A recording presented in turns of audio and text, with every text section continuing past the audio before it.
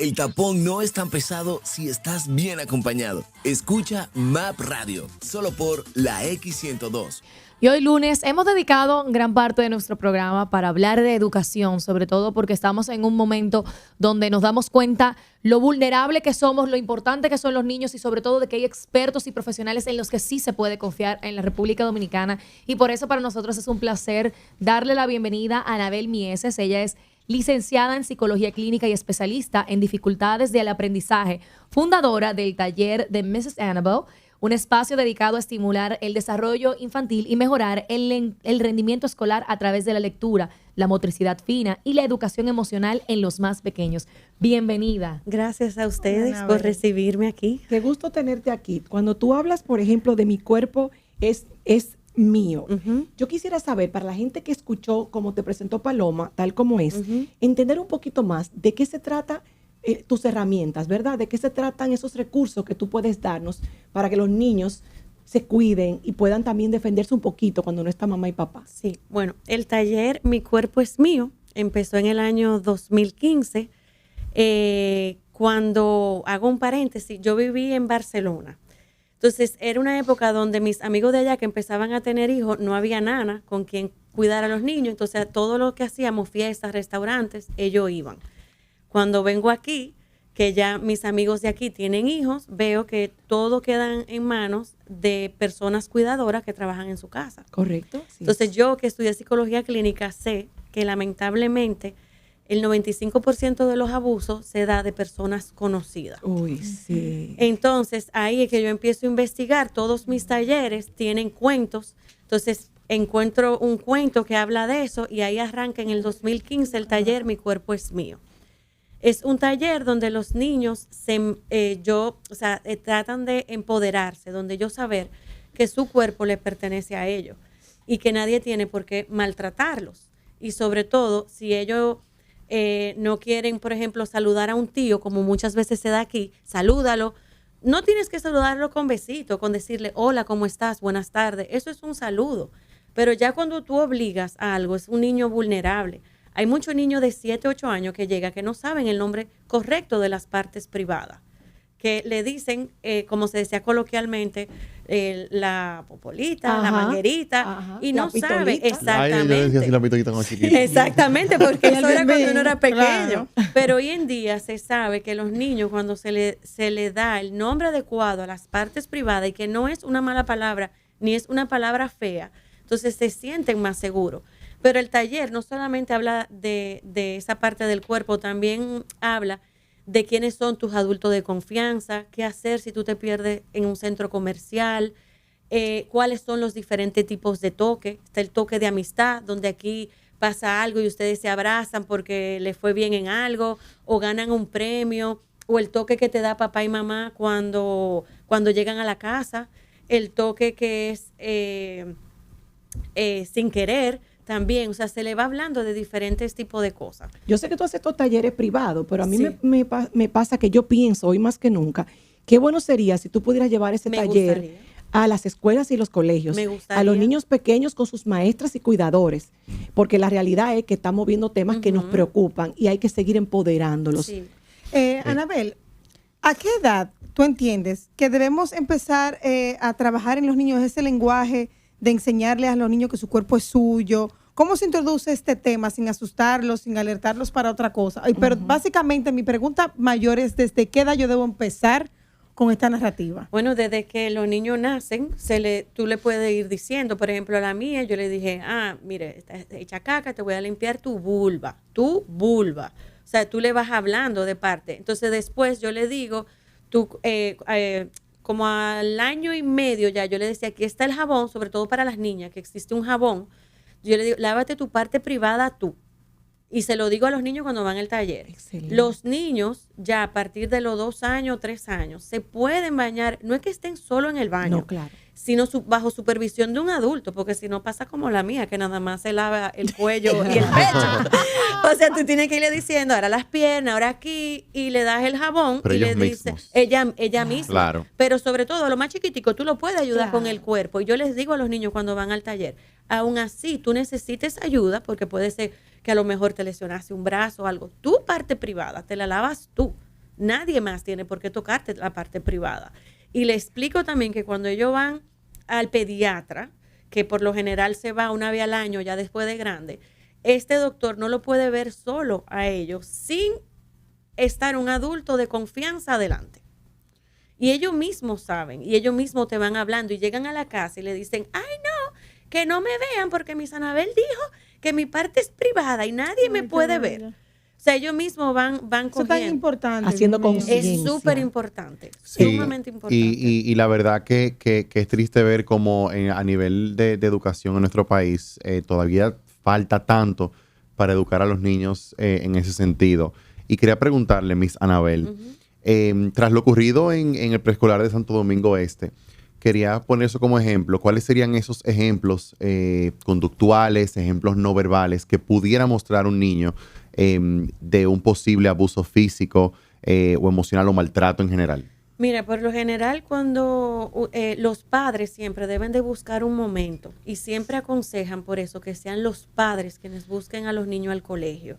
Y esté ese momentito de primero tú ves cómo tu hijo va donde ti. Yo veo cuando la mía o se enfadó con la amiguita porque ven, o sea, los padres son como esa familia, esa persona de apoyo de los hijos. Entonces ellos o van a comenzar a llorar o tú se lo ves en la cara.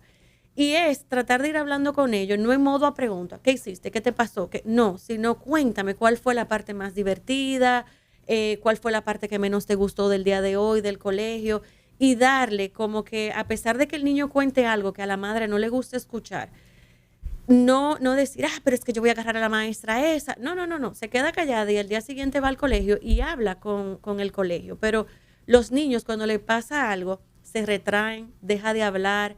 Tú ves que no son lo mismo que saltan o que a lo mejor te recibe cuando tú llegas a la casa con esa misma alegría. Los niños son muy... no tienen máscara como los adultos. Ellos se muestran... Lloran mucho cuando los dejas en el colegio. Exactamente. Eso es hay niños que obviamente hay que manejarlo, hay que ver qué está pasando. Hay otros niños que no les gusta ir al colegio y separarse de sus padres. Eso va a depender mucho de qué tipo de apego. Pero si de manera recurrente el niño llora o el joven no quiere ir al colegio, tienen que verificar qué está pasando ahí con los maestros. Exactamente. Y no necesariamente con un maestro, también con un amiguito. No, claro, también. Por ejemplo, a mí me pasó de manera muy personal con una maestra cuando yo estaba en tercero de primaria y yo no quería ir al colegio. A mí ella me maltrataba de manera verbal y de manera emocional porque me hablaba de una manera y me hacía cosas que yo no quería ir al colegio. Y yo recuerdo que yo hasta me inventaba dolores de barriga para no ir al colegio. Claro. Yo inventaba todo tipo de excusas, señor. Una niña de 5 años, de 6 años, inventándose desde las 5 de la mañana, craneando en su cabeza. ¿Qué era lo que te iba a decir? Ver qué era lo que ella le iba a decir a su mamá para que no la llevara al colegio. Eso lo tuve que pasar yo. Luego tuve que ir, suerte que mi familia atinó rápidamente y fui a terapia. Pero eso pasa, como te digo, eso pasa en cualquier lugar. Mis padres entendían que ese lugar era el más seguro y que tenían toda plena confianza y pasó esto con esta maestra. Y perdón que te interrumpa, otro tema importante en el taller es que se habla de los secretos buenos y secretos malos. Buenísimo. Y se le enseña a los niños, por ejemplo, que hay sus secretos buenos, y la mayoría de mis talleres yo lo hago a través de cuentos porque ellos ven las imágenes. Claro. Entonces se le puede contar, mira, a lo mejor mamá cumpleaños o es el día de la madre, te tocó salir ese sábado con papá y tú compraste un regalo.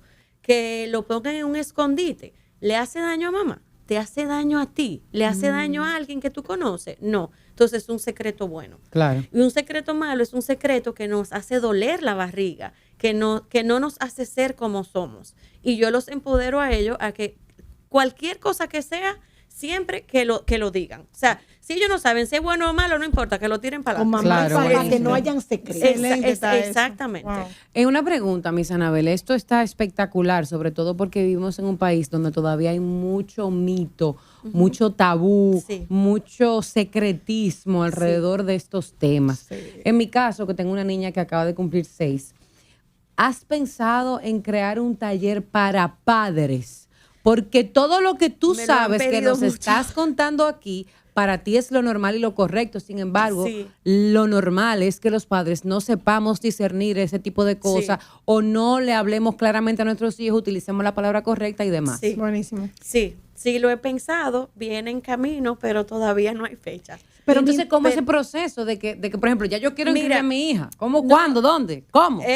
El proceso del taller. Sí, claro. Bueno, pueden ir a la página directamente, Miss Anabel RD, o sea, ms.annabelle RD. Se comunican conmigo ahí o pueden escribirme vía WhatsApp y ahí ya yo le voy diciendo cuáles son los...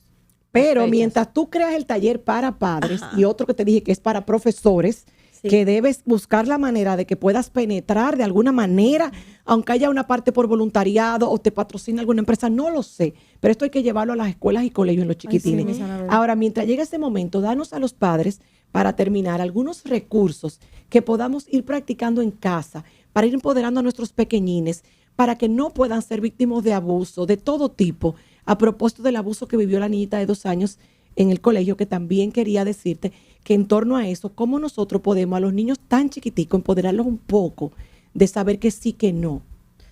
Bueno, O cómo manejarse. Sí, porque es un adulto de poder para ellos. Yo lo doy en el taller también. Hay un semáforo, nuestro cuerpo es un semáforo, entonces los papás pueden trabajar con los niños, que la parte privada son la luz roja del semáforo, que eso nadie tiene que por qué ver o tocar. Luego, la verde son las partes que podemos tocar en público, que las personas no pueden tocar la cabeza, la mano, el hombro. Y las partes amarillas es una como alerta, te estás acercando a una parte roja. Siempre, como dije, llamarle a sus partes privadas, como son el pene en los niños, la vulva a las niñas y las nalgas, y el seno cuando ya las niñas son más grandes. ¿De qué edad a qué edad son estos talleres? Que es importante. El taller de Mi Cuerpo es Mío va desde los 3 años y medio hasta los 8. Pero hay un tipo de abuso, más allá de ese, que yo sé que es el más delicado de todo, que es el físico, el corporal, el sexual, pero también un tipo de abuso como la maestra que obligó a la pequeñina a comerse su vómito aparentemente, está bajo investigación, hay que decir presuntamente. Entonces, hay abusos que se pueden dar con una nana en casita, con un personal que ayuda en casa o incluso en un colegio o en una escuela. Entonces, son otro tipo de abusos, pero que son abusos que pueden marcar nuestros chiquitines. ¿Hay algo que le podamos decir para que ellos sepan cuándo deben hablar? Que siempre y cuando ellos vean que alguien les hace algo que a ellos no les gusta, cuando mamá llegue a casa o estén en un momento a solos, saber que mamá o papá o cualquier adulto de confianza está ahí disponible para ellos. Exacto. Entonces, yo a los niños siempre les digo, porque ¿qué pasa? Lamentablemente, también a veces tenemos a padres que abusan de los niños. Ay, sí, entonces, yo a los niños les digo, hay varios adultos de confianza, por lo menos 5. Entre ellos está papá, mamá, claro está, ellos siempre dicen, nana. También están los profesores, porque lamentablemente también los profesores duran, lamentablemente no, muchos profesores son como madres para los niños. Entonces, hay veces que una madre a lo mejor no le cree del niño que le está diciendo que papá o su padrastro le hizo esto, entonces ¿quién queda ahí? Está la profesora, o está una abuela o una tía. Yo siempre le digo a ellos, un adulto de confianza es aquel adulto que te hace sentir bien, que tú te sientes agradable estando con esa persona.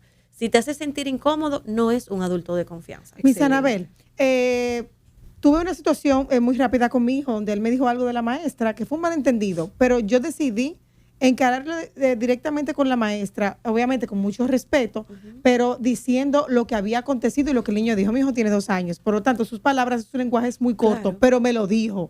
Me dijo algo como que la maestra se había enojado y como que hizo así. Yo pensé que le había dado al niño. Tú sabes que de una vez esas antenas de madre, ¿no? Sí. Resulta que fue un malentendido, gracias a Dios, porque el niño obviamente malinterpretó. Pero, ¿qué tú entiendes que debo hacer un padre cuando el niño le dice cierta información de la maestra o de quien sea? ¿Cómo debo abordarlo para que después no se lo cojan, como dice aquí con el muchachito? Excelente. No, bien. O sea, cada madre conoce a su hijo. Y tú sabes si tu hijo te habla mentira o si te habla, tú sabes, o sea, uno conoce a sus hijos, uno sabe cómo son. Pero siempre y cuando abordarlo con la maestra. Yo como madre no me pudiera quedar con eso. O sea, eso es, y también como para que la maestra vea tú como madre que estás atenta a tu hijo. Claro. Miss Anabel, ya viene el taller Mi Cuerpo es Mío, el próximo.